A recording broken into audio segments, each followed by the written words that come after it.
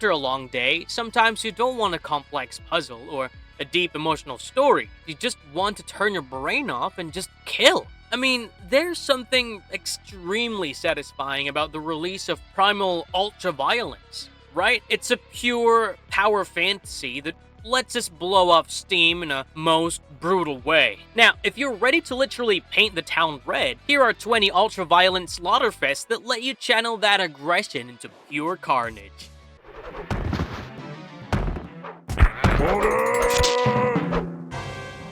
Time Killers, 1992. People often dismiss this game as a Mortal Kombat clone, but I think this game deserves more credit for being absolutely unhinged. In this game, you play as one of several warriors pulled from different points in history by aliens to play in their bloody coliseum. You can play as a Viking, a caveman, a cyborg, and even a chainsaw-wielding maniac. This is a 2D weapon-based fighting game where a key feature is the ability to hack off the opponent's limbs, and unlike Mortal Kombat, where they seem to instantly heal after having their heads caved in or heart torn out, your enemy now has to fight you without an arm, and if they lost both arms, they have to use kicks only.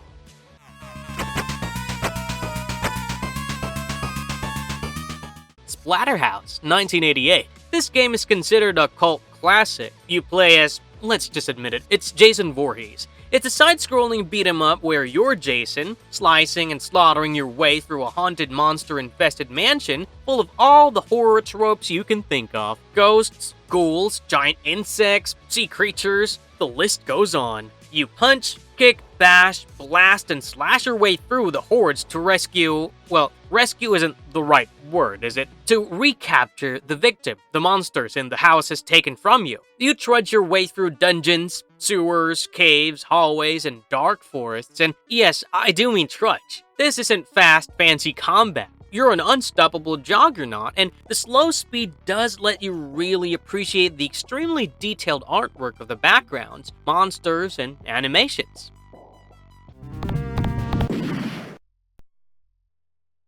The Punisher, 1993. Beat-em-ups were Capcom's bread and butter, and The Punisher is a prime example of that. You play as either Nick Fury or the Punisher as you take to the streets of New York on your never-ending war against the Kingpin. It is a refined and pure beat-em-up experience. You punch, kick, grapple, and so on. You have a fine selection of melee, thrown, and gun weapons that you can use. With the game taking place in New York, you can expect all the classic areas. Sewers, alleyways, high-rises, you know the ones. The game is surprisingly short. It can easily be beaten within an hour, and the gameplay is fun, and not overly difficult like most arcade games usually are.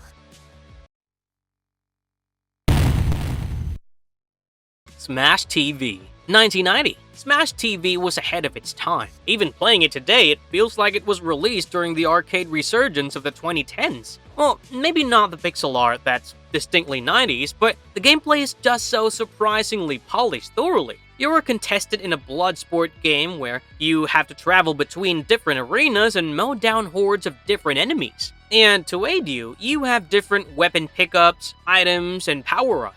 What makes Smash TV so fun isn't any one individual element, but combination of the smooth gameplay, the visual, and the sheer number of enemies, pickups, and projectiles on the screen just gets you in the zone.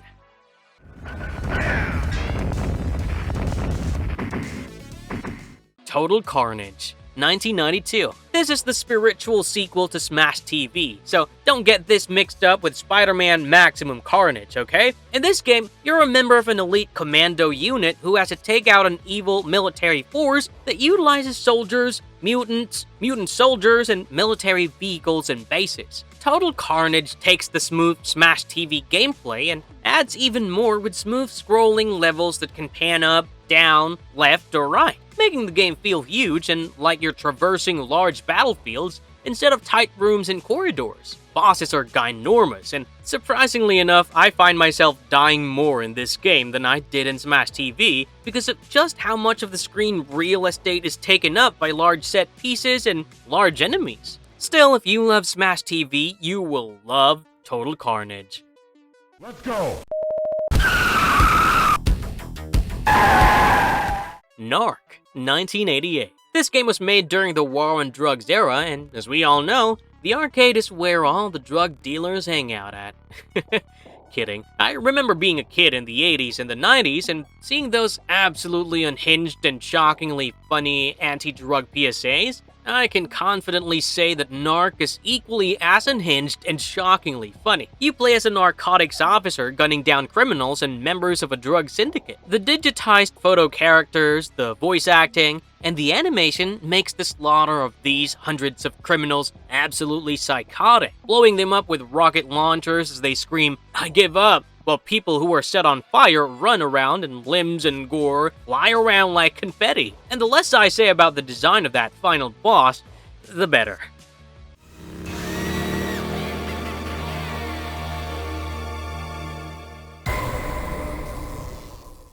Violent Storm, 1993. Double Dragon meets Fist of the North Star is how I describe this game. Violent Storm is a beautifully drawn and animated beat-em-up game where you play as one of the three buff dudes on a quest to rescue a woman. It is all the beat-em-up staples, but here you can also interact with a background element, such as throwing enemies into the background, or enemies leaping from the background into the playing field. The levels are vibrant and detailed, and you move through a lot of different locations, from destroyed cities, to restaurants, the sea, a botanical garden, and more. And it is so nice to listen to game music with lyrics and movements. Konami really focused in on the artistic experience with this one. Mother Russia Bleeds, 2016. I didn't want this list to be all 80s and 90s classics, and really, having modern processing power, high fidelity, and graphical effects do make modern games stand out in lists like these. Mother Russia Bleeds is a gritty, visceral beat-em-up feast. Taking place in 1980s USSR, you play as an imprisoned street thug who has to escape a Soviet research facility and stop the horrors they're creating. It's dark, it's edgy, and it's very Eastern European. It makes you feel sick and disgusted in all the right ways.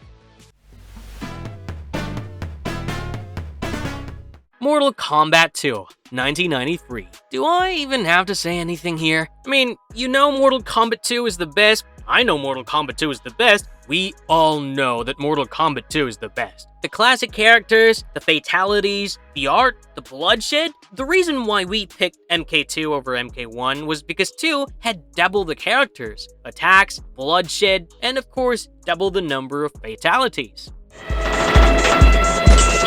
Wake up! The revolution has begun!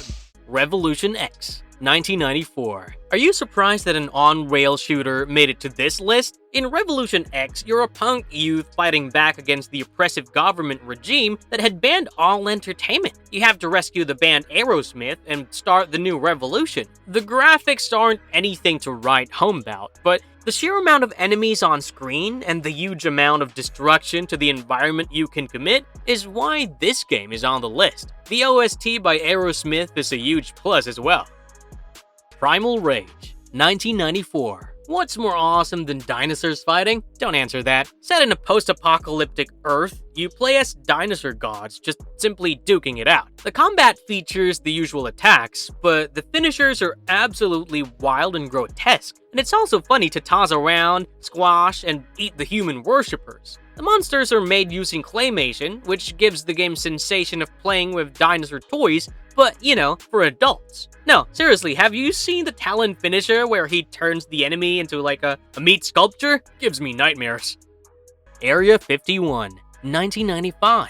Do you guys remember how in the early 2000s it seemed like every movie theater or pizza place had this Area 51 light gun arcade game? Yeah, that's Area 51 Site 4. This is just Area 51. It's prequel. This game is just so campy, so goofy, so janky, so low budget. And I suppose that's what makes this fun. If you've played Site 4 but never knew it had a prequel, now's your chance to give it a try.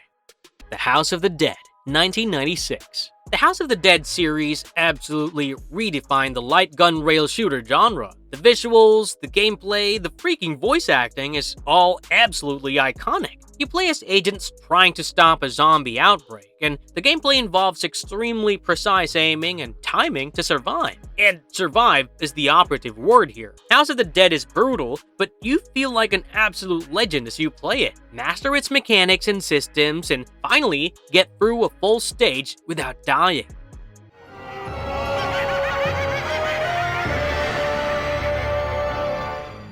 Carnival, 1998. A truly Halloween-themed game, in Carnival, you shoot your way through a magically evil cursed circus, blasting through clowns, zombies, mimes, ghouls, goblins, and all sorts of cursed carnival stuff. There are tons of explosions of blood and gore and bodies everywhere. It's the perfect blend of action-packed, grotesque, and unsettling. Zombie Revenge, 1999. Originally conceived as a spin-off to House of the Dead, this game is a pretty unique 3D beat-em-up, with the same plotline of you're an agent fighting to stop a zombie outbreak as any House of the Dead game. You fight your way through different city and industrial areas. The floating above-head camera, and with how many guns you pick up and mag dump, this hybrid of multiple gameplay styles gives Zombie Revenge a unique experience that's both mindless but requiring skill to position, react, and dodge. Hotline Miami, 2012. This is an indie darling and a true masterpiece. Set in 1989 Miami, you play as a man codenamed Jacket who receives coded messages and then goes to different buildings owned by the Russian mafia and completely slaughters everyone inside. The story of this game is surreal, trippy, and contains lots of secrets. The gameplay is also amazing. You get taken down with just one hit, so you have to be tactical about your carnage. And tactical carnage is the best way to describe this. Bashing in heads, shotguns exploding bodies into a mess of gore, blood everywhere, and when you clear each level by beating the final boss and you have to slowly walk through all the bodies and wreckage of your rampage, that's a perfect touch. Broforce, 2015. Broforce is a nostalgic love letter to the subgenre of 80s commando movies. You play as parody caricatures of famous and popular characters like Rambo, John McClane, the Terminator, Indiana Jones. You get the idea. You have to clear out different stages in this 2D platformer shooter and rescue the other playable characters. Explosions are the name of the game here, as almost everything catches fire and explodes, destroying the environment, leaving craters and burnt corpses. Fast-paced, simple, and with many levels, this is a great pick-up and put-down type game.